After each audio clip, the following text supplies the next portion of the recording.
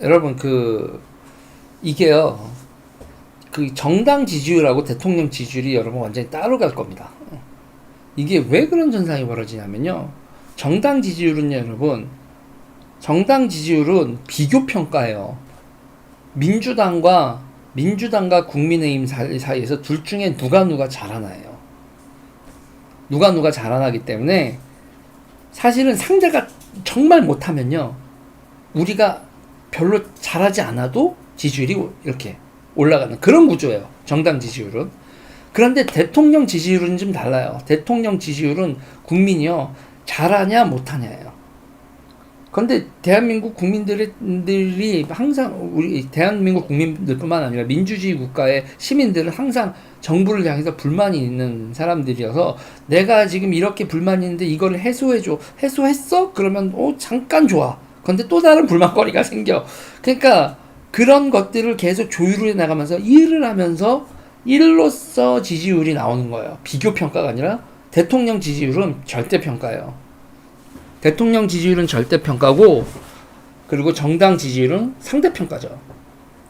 그래서 이 지금 상태에서는 국민의힘 지지율은 민주당보다 높을 가능성이 높아요. 민주당은요, 여러분, 와, 조금 있다가 제가 민주당 얼마나 이건 도저히 민주당은, 이거는 여러분 이준석 사태하고는 비교할 수도 없을 정도로 제가 항상 요새 하는 말이잖아요, 여러분들. 제가 이렇게 국민의힘 꼬라지 보고 있다가 마음의 평안을 얻고 싶으면 민주당을 보면 제가 웃으면서 잠을 잡니다. 야, 여기가 더 심하다 이러면서 여기가 더 심하다 그러면서 제가 마음을 놓고 잡니다. 그렇지만 대통령 지지율은 그렇게 되지가 않죠. 그래서 지금 대통령, 그리고 이제 제가 이게 이 정당 지지율하고 대통령 지지율하고 차이가 나면, 국민의힘이요, 여러분, 또 국민의힘도 이게 싸가지가 나옵니다. 그러면서 아유, 대통령이 우리한테 별 도움 안 되잖아. 그러면서 총선 때 있잖아요, 대통령하고 거리두기를 하고, 총선을 이기던 지던, 이기면 지네가 잘나서 이긴 거고, 지면 대통령 탓이고. 이게 여러분 정당이라는 게 있잖아요. 국민들도 대통령을 향해서 막 무엇을 요구하는 것이지만, 정당은 진짜 뭐 맡겨놓은 것처럼 대통령한테, 그러면 거예요. 당신이 우리한테 오더 내리는 거면 우리가 당신 부하인 척 해주잖아. 그러니까 당신은 우리한테 정말 많은 먹을 것을 주어야 돼. 엄마, 아빠, 아빠, 싸가지 없는 자식처럼 내놔요. 내가 당신 자식이잖아요. 그러면서 이게 버릇을 잘못 들이면요, 있잖아요. 버릇을 잘못 들이면 여당같이 대통령한테 지랄만 같은 곳이 없어. 대통령의 스트레스의 90%가 야당이 아니라 여당일 수가 있어요. 왜? 싸가지 없는 내 새끼가 밖에서 지랄 같은, 불량아보다 있잖아요. 동네 불량아보다 싸가지 없는 내 새끼가 나한테 더 스트레스인 거거든. 저 새끼는 그냥 욕하고 피하면 되는데, 이 새끼는 뭐가 그렇게 요구사항. 아빠, 왜? 겨울이 오고 있잖아요. 패딩 좋은 거 사주세요. 이 새끼가 진짜. 대충 이런 식으로 비유를 할 수 있겠습니다. 그런데 지금 이 부정이 너무 올라가고 있어요. 부정이 너무 올라가고 있는데, 이제 원인이야 많겠지만 제가 제일 눈에 띄는 거는 그 대언론 관계, 언론하고의 관계가 우호적이지 않고, 그러니까 이게 나불대는 스피커 있잖아요. 그러니까 문제는 윤 대통령에 대해서 긍정적으로 얘기하는 스피커가 다 이 유튜버에 요렇게 쌓여져 있고, 문화, 각 분야의 오피니언 리더들이라든지 대언론 관계라든지, 심지어는 인터넷 커뮤니티라든지, 우파 유튜버들 세계 말고는 윤 대통령에 대해서 긍정적으로 얘기하는 곳이 잘 없어요. 지금 이 판때기가. 그러니까 그거를 관리해야 되는데, 그거를 누가 관리해야 되는지, 업무 분장도 당인지 대통령실인지, 대통령실 어딘지, 당 어딘지, 그거에 대해서 누가 하지라고 봤을 때, 이게 이렇게, 야 서로 다들 약간 좀, 너가 해야 되는 거 아니야? 내가 해야 되는 거 아니야? 이거 대통령이 이거 지금 왜 이래? 라고 하려고 해도 누구를 정확히 조져야지. 씨가 지금 업무 분장이 이쪽 홍보 쪽이나 이런 쪽, 대언론 이런 거. 옛날에 이제 춘추관, 이래서 대통령 청와대 춘추관 해가지고 쭉 이렇게 매칭이 돼 있었는데, 지금 이거는 보니까는 그러니까 제가 이거를 여당을 보고 있으면, 국민의힘을 이렇게 보고 있으면 빌드업을 해야 되는 게 너무 많은 거예요. 근데 더 웃긴 거는 그냥 얘기들 들어보면 옛날엔 전설적인 게 있었어. 전설적인 사람들이 있었는데, 그리고 이제 조직들도 있었고. 근데 탄핵을 거치면서 앵간히 조직이 망가졌나 봐. 이제 앵간히 조직이 부서졌나 봐요. 그래서 이게 요번에도 했을 때 이제 제가 뭐라고 하는 것 중에서도 하나가 MB 이진이다 막 제가 그러잖아요. 이명박 때 이진이다 막 이렇게 얘기를 하는데, 그 얘기했다가 또 어떤 분이 그러더라고요. 그게 지금 우리의 현실이야. 윤 대통령이 MB 이진을 좋아서 썼겠냐? 그러니까 야, 일단은 박근혜 사람들은 다 착살이 났고, 착살이 엔드.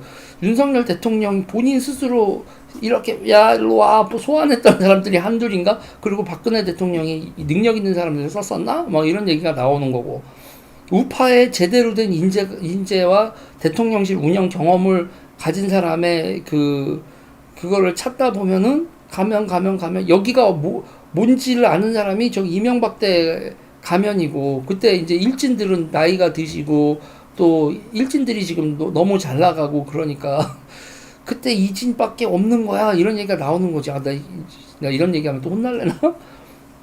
아니 그러니까 지금은 이렇게 번선 보면, 야 그러니까 내가 민주당 있을 때 우파를 되게 세게 봤는데, 그게 이제 어렸을 때 경험이죠. 저는 진짜 어렸을 때 막 난 진짜 최병렬 그때 최병렬 전 장관이 절 기억을 하실지, 학생 때 최병렬 장관을 한번 이렇게 뵀었거든요. 이렇게 무슨 행사 같은 게 있고 뭐, 그래서 이제 그 젊은 학생들하고 이렇게 간담회 비슷하게 했었을 때 한번 뵌 적이 있는데, 야 내가 보수를 싫어하지만 진짜 눈빛 카리스마 권위 그 말하는 거에서 실력, 와 보수들 진짜 기죽인다 뭐 이런 거 있었거든. 그때 이제 여의도 연구소죠. 지금은 여의도 연구원인데, 그때 여의도 연구소인데, 그때 이제 선생님들 심부름 가서 뭐 가도 그렇고, 거기 보면은 있잖아요. 지금 제가 민주당 좋아하니까 민주당 쪽도 그렇고 했었잖아요. 제 90년대 기준으로요. 90년대 기준으로 우파 정당은 와 진짜 딱 사람들이 일하는 자세. 그러니까 기본적으로 넥타이 매고 양복 딱 흐트러지지 않게 딱 정장 입고, 그리고 와도 그리고 무엇보다도 있잖아요. 결제가 깔끔했거든. 뭐 시민운동 한다, 뭐 한다 해가지고, 뭐, 뉴스 정리하라고, 이쪽, 제가 또, 그때는 좀 자였잖아요. 그래서 막, 있는 대로, 뭐, 문서 정리하고 했더니 알바비를 안 줘. 대학생 알바비를 안 주는 이 개새끼들. 저쪽은, 이 우파 쪽은요, 뭐, 통계처리고 뭐고 하고 딱 했는데 돈이, 그때부터 마음이 그랬단 말이야. 이쪽은, 우파는 정말 능력 있고, 제대로 된 집단이고, 좌파는 사회 반역 세력이다, 약간 걸렁걸렁하고 이런 거다, 이렇게 생각을 했는데, 야 좋은 걸 배워야지. 응? 나쁜 걸 배워가지고 말이야. 좌파의 선전선동술을 못 배우고 좌파의 건달스러움만 배운 거야? 어떡하다가 우파가 이렇게 정치 건달들이 넘치는 곳이 됐어? 보면은 제가 어렸을 때 겪었던 그거로 우파가 되게 세다고 생각했는데, 지금 와서 보니까 앵간이들 진짜 정치 건달 소굴에다가 뭔가 포스 있는 사람들이 다 사라졌어. 이게 사람들이 얘기하는 게 그게 이명박 박근혜 10년 파퓰리즘 정권이, 우파 스스로 파퓰리즘 정권이었다고 얘기하지만, 우리가 대중성을 쫓아서, 대선 얘기하는 건 대중성 쫓아야 된다고, 이회창 이후에 당이 맛이 간 거지. 응? 이회창 같은 그런 분위기로는 그런 식으로는 대선 못 이기는 시대가 왔다라고, 김대중 노무현 2번 깨진 다음에 그렇게들 생각을 한 거야. 아무튼 잔소리가 길었는데 지금 이 지지율을 다시 회복을 하려면 빌드업부터 다시 해야 된다. 빌드업부터. 이거 쉽게 올라가지 않을 거예요. 쉽게 올라갈 지지율이 아니에요. 이거는 그러니까 구조적으로 있잖아요. 구조적으로 우파가 박살난 거를 빨리 회복을 하는 게 중요하다. 그러니까 인재들 찾고 인재들 모시고 지금 상태에서는 진짜 이렇게 낮은 자세로 인재를 찾아서 대한민국 일진들 있잖아요. 대한민국 최고의 인재들 밖에서 돈 잘 벌고 있는 사람들 국가를 위해서 일 좀 해주십시오라고 돈도 안 주면서 명예를 왕창 줘야죠. 그러려면 어떻게 돼요? 모시러 가는 사람이나 당이나 정치인들이나 전부 야, 나라를 위해서 내 자리를 양보해서라도 사람을 모셔와야겠다. 이런 자세를 해야 되는데 다들 자기 자리가 먼저지. 자기 자람이 먼저 자기 꼬봉 심었는, 아니, 지금 사람들보다 자기보다 더 못난 사람을 데리고 와가지고 자기 부하를 자리에 앉히려고 하는데 그런 식의 자세면 우리가 지지를 해줘야 되나? 이런 생각이 들 수밖에 없다니까.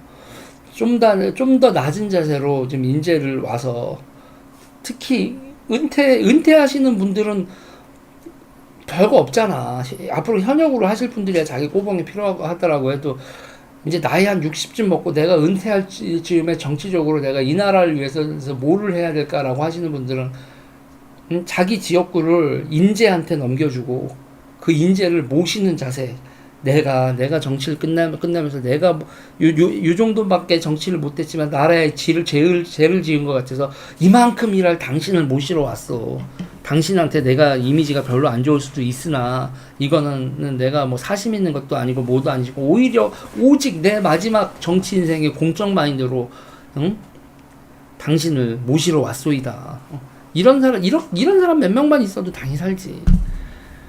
아휴, 80, 내가 보기엔 지금 60 넘어가 있는 분들, 뭐, 윤상현 의원도 60 넘었다고 하고, 뭐, 정진석 의원도 60 넘었다고 하고, 다 그런데 이분들도 내가 봤을 땐 80, 90까지 종인할배의 후계자들이야.